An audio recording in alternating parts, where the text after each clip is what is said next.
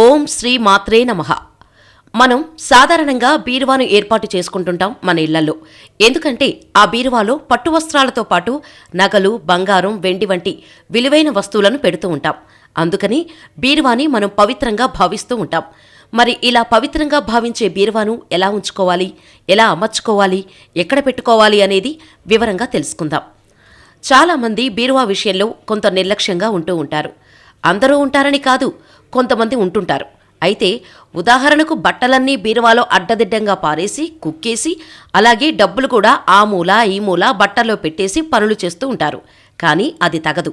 బీరువా ఎప్పుడు కూడా శుభ్రమైన సువాసన రావాలి. మీరు ఎప్పుడు తలుపు తీసినా మంచి వాసన రావాలి బీరువాలో నుంచి.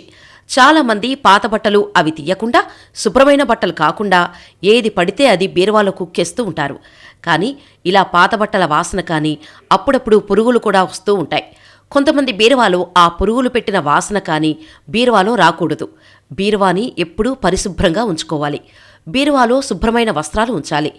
అలాగే డబ్బులు పెట్టుకునే అరా విషయంలో కూడా చాలా జాగ్రత్తలు తీసుకోవాలి. ఇలా డబ్బులు పెట్టుకునే అరా విషయంలోకి వచ్చేసరికి మీరేం చేస్తారంటే, చక్కగా ఒక తెల్లని పేపర్ తీసుకోండి. ఆ పేపర్కు పసుపు కుంకుమ పెట్టి, అలాగే చక్కగా ఐశ్వర్య ముగ్గు అంటే కుబేరు ముగ్గు ఉంటుంది, అది వేయండి. వేసి మీరు డబ్బులు పెట్టుకునే చోట ఆ పేపర్ పెట్టి అందులో డబ్బులు, బంగారం, వెండి వంటివి పెట్టండి. మీకు ధనం చక్కగా వృద్ధి అవుతుంది. అలాగే అవసరానికి కూడా ఆదుకుంటుంది. ధనం మీకు ఎప్పుడూ కూడా నిల్వ ఉంటుంది. ఇక బీరువా పైన ఏం చేస్తారు అంటే, పసుపు కుంకుమ గంధంతో స్వస్తిక్ గుర్తు వేయండి. మరో ముఖ్యమైన విషయం ఏంటంటే, బీరువా పైన దేవుడి పటాలు అతికిస్తూ ఉంటారు. అంటే షిరిడీకో తిరుపతికో వెళ్ళి వచ్చినప్పుడు రకరకాల దేవుడి బొమ్మలు తెచ్చుకుంటారు.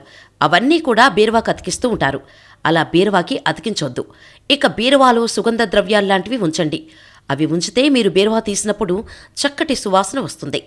ఇక మనం బీరువాని పవిత్రంగా భావిస్తూ ఉంటాం కదా, బంగారం, వెండి వంటివి పెట్టుకొని, అంటే సాక్షాత్తు లక్ష్మీదేవిగా భావిస్తాం. ఇలా పాతబట్టల వాసన, పురుగులు పెట్టే గుడ్ల వాసన, ఇటువంటివి అన్నీ కూడా బీరువా నుంచి వచ్చాయనుకోండి, లక్ష్మీదేవిని మనం అవమానపరిచినట్లే భావించాలి. అందుచేత అలా చేయవద్దు. ఇక బీరువా అనేది యజమాని యొక్క పడక గదిలోనే అమర్చుకుంటే చాలా మంచిది. ఈ బీరువాను నైరుతి మూలలో అమర్చుకోండి. ఇలా బీరువా విషయంలో జాగ్రత్తలు తీసుకుంటే కనుక మీ ఇంట్లో ఎప్పుడూ లక్ష్మీ స్థిరంగా ఉంటుంది. మీ బీరువాలో ఉన్న ధనం వృద్ధి చెందుతోంది.